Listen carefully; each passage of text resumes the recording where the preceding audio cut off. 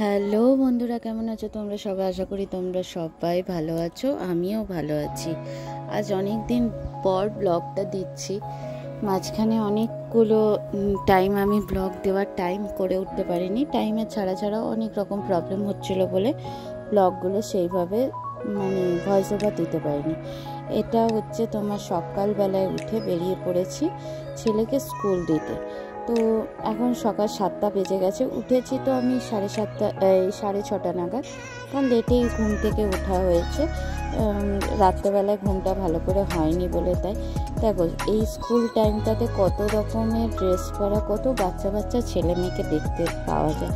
এই ছোট ছোট বাচ্চা ছেলে মেয়েরা যে যায়, দেখতেও বেশ ভালোই লাগে। আর আমাদের এই 4-5টা খোঁড়াখুড়ির পর্ব চলছে, হচ্ছে গ্যাসের লাইন লাগছে। এখন হচ্ছে আমাদের সব গ্যাসের পাইপলাইন বসছে। তাই এসছিলাম চা খেতে, কিন্তু ঠিক দোকানে না চাটা খেয়ে উঠতে পারলো না, কারণ এত ভিড় ছিল। আমার একটুও ভালো লাগছিল না এখানে বসে চাটা খাবো বলে। তো কারণ আমি যে দোকানটাতে চা খাই সেই দোকানটা বন্ধ ছিল। এবার জয় ঢুকেছে, কিন্তু এত ভিড়, এই ভিড়ের মাঝখানে আর চা খেতে ইচ্ছে করলো না। তাই আমরা বেরিয়ে চলে এলাম। আর এ দেখো আমি এসে নিয়ে চুলগুলো ভালো করে বেঁধে নিয়েছি, নিয়ে তোমাদেরকে বাইরের আমাদের বাইরেটা জানলা দিয়ে বাইরের দৃশ্যটা দেখানোর জন্য আবার ক্যামেরাটা এদিকেই অন করলাম। দেখো কি পরিষ্কার না দেখতে লাগছে। আর এইখানটাতে যেন মনে হচ্ছে আবার একটা ফ্ল্যাট হবে। আমাদের এই 4-5টাতে এত ফ্ল্যাট উঠে যাচ্ছে। যখন আমরা 2020-তে এখানে এসেছিলাম একটাও সেই মতো ফ্ল্যাট ছিলই না, কিন্তু এখন যথারীতি ফ্ল্যাটের পরিমাণ আস্তে আস্তে বেড়েই যাচ্ছে। দেখেও যেন সে কি বলবো, কংক্রিটের জঙ্গল মনে হচ্ছে। আর জগন্নাথ দেবরাও উঠে গেছে। দেখো তোমাদেরকে রথের দিনকে তো দেখাতে পারিনি, অনেক ঘরের কাজের চাপ ছিল, তাই জন্য পুজোটাও ঠিক করে তোমাদের দেখাতে পারিনি। তো আজকে ওই জন্য জগন্নাথদেরকে দেখো নতুনভাবে সাজিয়েছি, সেটা দেখালাম। আর জয় এসে নিয়ে এক্সারসাইজ শুরু করে দিয়েছে, আর আমি এদিকে বসিয়ে দিয়েছি আমি চাটা। আমি এলাচ দিয়ে তারপরে আদা দিয়ে চাটা বসালাম। আনলাম না, ওখানে খাওয়ার থেকে ভালো ঘরে বসে চাটা খাবো, আর একটুখানি নিজেদের মতো করে একটু কিছু কথাও বলা থাকে। জানো তো, সব সময় না সব কথা সবার সামনে বলে উঠতে পারি না। কিছু কথা থাকে আমার মনের মধ্যে, আমি আটকেই রেখে দিই। সেই কথাগুলো যখন ওকে বলি না, ও কিন্তু চুপচাপ শুনতে থাকে। কখনো বলে না যে এই কথাগুলো কেন আমার সাথে আলোচনা করছো বা কিছু। এটাই হয়তো আমাদের মধ্যে আন্ডারস্ট্যান্ডিং। এই জন্যই হয়তো এতগুলো বছর একসাথে পথ চলতে পারছি। আর এই দেখতে দেখতে মোটামুটি 16টা বছর একসাথে পথ চলা আমাদের হয়ে গেল। আর এইদিকে হচ্ছে আজকে আবার কাজের বৌদি আসবে না, কারণ কাজের বৌদির জ্বর, আজ 2-3 দিন আসতে পারবে না। তো আমাকে সমস্ত কাজগুলো সারতে হবে, রান্না বান্না সব করে ওকে ডিউটিও পাঠিয়ে দিয়েছি। দিয়ে আমি এই যে বাসন মাজার কাজটাতে আগে হাত দিয়েছি, কারণ বাসন মাজাটা যদি পড়ে থাকে না, এই নিচে মাজতে ঘর মুছে নিলেও কিন্তু অসুবিধায় পড়বে। তাই আগে বাসনটা মেজে নিচ্ছি। আর বাদ বাকি কোনো কাজই তোমাদের দেখাতে পারিনি, কারণ হচ্ছে ক্যামেরাটা অন করতে আমি ভুলেই গেছিলাম। বাসন মেজে নিয়ে তারপরে যে ক্যামেরাটা অন করতে হবে ভুলেই গেছি। এটা কিছুটা তোলার পরই হচ্ছে আমার ফোনের চার্জ চলে গেছিলো, যথারীতি চার্জে বসিয়ে আমার আর খেয়াল পড়েনি। ঠিক আছে, ছাড়ো। এই যে বলছি যে 16টা বছর একসাথে পথ চলা, আমাদের কিন্তু অনেকটা বয়সের ডিফারেন্স আছে, প্রায় 11 বছরের বয়সের ডিফারেন্স। কিন্তু কখনো আমরা নিজেদেরকে বুঝতেও দিই না যে আমাদের এতটা বয়সের ডিফারেন্স। ও কোনো দিন আমার উপরে এটা নেই যে তোমার থেকে আমি বেশি জানি, তুমি আমার সব কথা শুনে চলতে হবে, এই রকমও কোনো দিনই ও করে না। এই রকমভাবে যদি মানুষ পথ চলে না, তাহলে এত মানুষের যে ডিভোর্স হয়ে যাচ্ছে, এত মানুষ যে আলাদা হয়ে যাচ্ছে, সেগুলো হয়তো হবে না। ধীরে ধীরে এর পরিমাণটাও হয়তো কমে যাবে।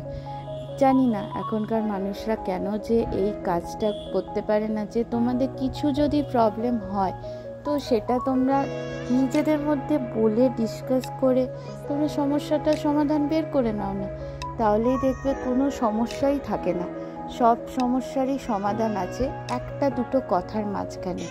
কথা বললে কিন্তু সমস্যার সমাধান হয়ে যায়। এবং এই যে এত মানুষ যে আলাদা হয়ে যাচ্ছে, আলাদা তো হচ্ছে ঠিক কথা, যদি তাদের বাচ্চা কাচ্চা থাকছে তাদেরকে কতটা সাফার করতে হচ্ছে এটাও কিন্তু তারা বুঝছে না। বাচ্চাদেরও জানো তো অনেক ক্ষেত্রে অনেক জায়গাতে স্কুল বলো কি কলেজ বলো বা বন্ধু বান্ধবের কাছে বলো অনেক জায়গায় তাদেরকে কিন্তু কথা শুনতে হয়, আরে তোর মা আলাদা থাকে, তোর বাবা আলাদা থাকে, তোরা তো ব্রোকেন ফ্যামিলি। এই যে কথাগুলো বাচ্চাদের শুনতে হয় ওদেরও কতটা খারাপ লাগে বলো তো। আজকে আমার এই কথাটা বলার মানে হচ্ছে আমার এক বন্ধুই রিসেন্ট তারা আলাদা হয়ে গেছে, কিন্তু তাদের মধ্যেখানে না একটাই জিনিস হলো কি বলো তো, বাচ্চাটাকে নিয়ে হলো সমস্যা। বাচ্চাটা বাবার কাছেও থাকতে চায়, মায়ের কাছেও থাকতে চায়, কিন্তু দুজনকে তো একসাথে পাচ্ছে না। হয়তো সপ্তাহে একদিন করে বাবার সাথে টাইম কাটাচ্ছে, সেই একটা দিনে বাবার সাথে কাটানো আর রেগুলার বাবার সাথে 3টে ঘন্টা হোক আর 5টা ঘন্টা হোক সেটাও তো তার কাছে বড় প্রাপ্তি না। এই কথাগুলো ওই জন্যই না আজকে আমি বলেছি। আমার ব্লগটা দেখে হয়তো সবাই বলবে আরে তুমি তো প্রচুর জ্ঞান দিচ্ছ। জ্ঞান দিচ্ছি না গো, এগুলো জানো তো কারোর করাটা উচিত নয়। কমসে কম বাচ্চাদের মুখের দিকে তাকিয়ে প্রবলেম হবে না কেন? সব ঘরেই প্রবলেম হয়, সব সংসারেই প্রবলেম আছে, আমার সংসারেও প্রবলেম আছে, কিন্তু প্রবলেমের সলিউশনটাও আমরা বার করে নিচ্ছি। এত অসুবিধার মধ্যে দিয়েও আমরা দেখো টুকটুক করে এতগুলো বছর তো পেরিয়ে গেলাম, আর তার সাথে সাথে আমাদের ছোট্ট বাচ্চাটাও আজকে এতগুলো দিন বের করে দিয়েছে। চলো আজকে আমার ভিডিওটা আমি এখানেই শেষ করছি, আর বেশি কিছু তোমাদের বলছি না। দেখতে দেখতে অনেকগুলো কথাই তোমাদেরকে বলে দিলাম, হয়তো তোমাদের কাছে অন্য রকম শোনাচ্ছে, কিন্তু যাই হোক গা, যাই বলি না কেন খারাপই হবে হয়তো, বা কারোর ক্ষেত্রে ভালোও লাগবে।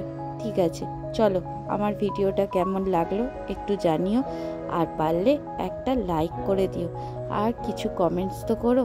ভিডিওগুলো ভালো লাগছে না খারাপ লাগছে সেটাও তো বুঝতে পারছি না। হ্যাঁ, কমেন্টস আসে আমার লাইভে, কিন্তু কখনো ভিডিওতে কোনো কমেন্টস আসে না। হ্যাঁ, কমেন্টস করে না এটাও না, হয় 1-2জন কমেন্টস করে যারা আমার ব্লগ ডেলি দেখে। যারা নতুন দেখছো তারাও তো একটুখানি কমেন্টস করতে পারো যে বৌদি তোমার ব্লগসের এটা ভালো লাগছে কি এটা ভালো লাগছে না, বললেও তো একটু ভালো লাগে। চলো টাটা, ফিরবো আবার একটা নতুন ব্লগ নিয়ে নতুনভাবে।